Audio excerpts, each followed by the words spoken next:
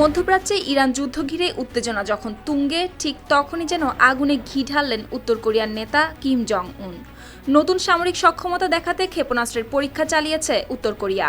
নতুন একটি যুদ্ধজাহাজ থেকে কৌশলগত ক্রুজ ক্ষেপণাস্ত্র উৎক্ষেপণের পরীক্ষা তদারকি করেছেন তিনি।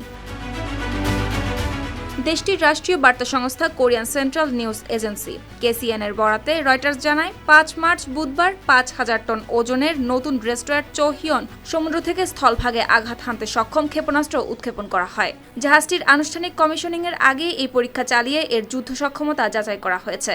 এই পরীক্ষাকে নতুন যুদ্ধজাহাজটির সক্ষমতার একটি গুরুত্বপূর্ণ অংশ হিসেবে উল্লেখ করেন কিম জং উন।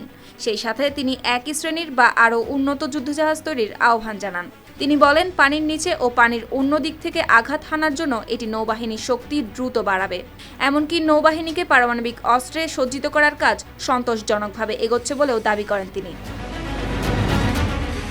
দক্ষিণ কোরিয়ার বার্তা সংস্থা কোরিয়া টাইমস জানিয়েছে, উত্তর কোরিয়া সাধারণত কৌশলগত অস্ত্র শব্দটি ব্যবহার করে এমন অস্ত্র বোঝাতে চেয়েছে যেগুলোর মধ্যে থাকতে পারে পারমাণবিক সক্ষমতা। সুপ্তি রায়, RTV।